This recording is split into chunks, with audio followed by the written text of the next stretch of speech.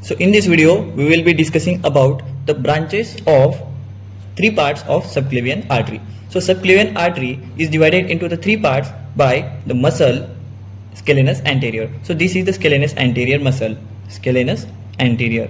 So this scalenus anterior muscle divides the subclavian artery into the three branches. Firstly, subclavian artery is the right subclavian artery is the branch of right brachiocephalic artery, and the left subclavian artery is the direct branch of arch of aorta. So this scalenus anterior divides the subclavian artery into the three parts: first part, second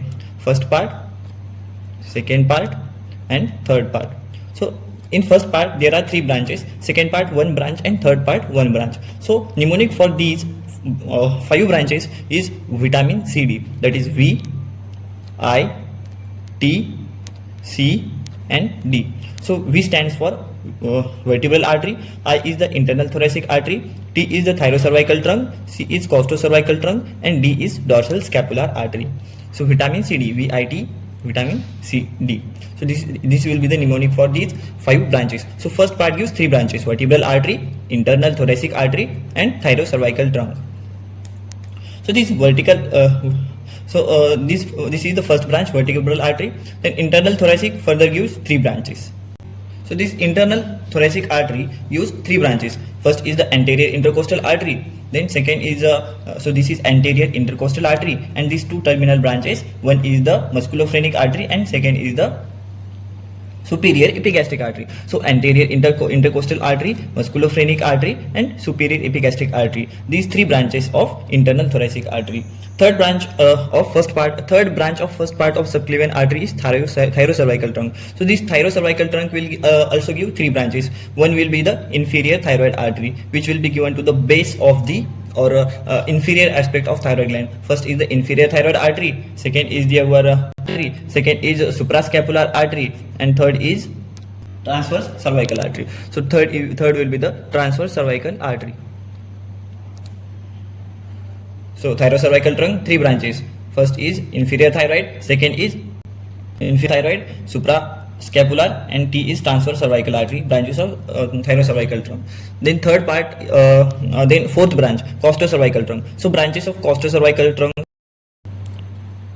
So this costocervical trunk gives two branches as deep cervical artery and supreme intercostal artery, whereas supreme intercostal will give first and second posterior intercostal arteries. First and second posterior intercostal arteries are the branches of supreme intercostal artery, which is branch of costocervical trunk. So this will be the branch of second part of subclavian artery. Then branch of third part of subclavian artery will be the dorsal scapular artery, which will give the anastomosing branches to the dorsal aspect of the scapula. So let's revise these all of these again.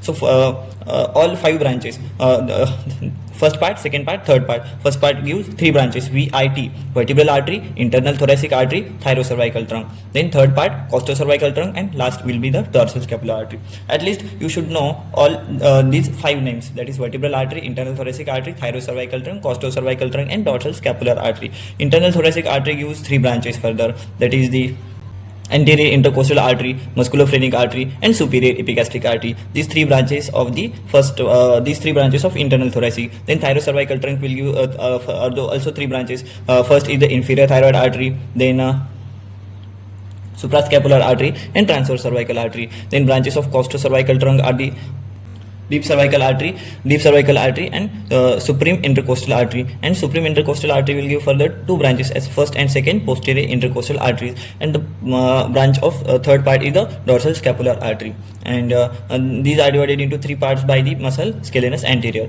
And this subclavian artery will continue as axillary artery after crossing first rib.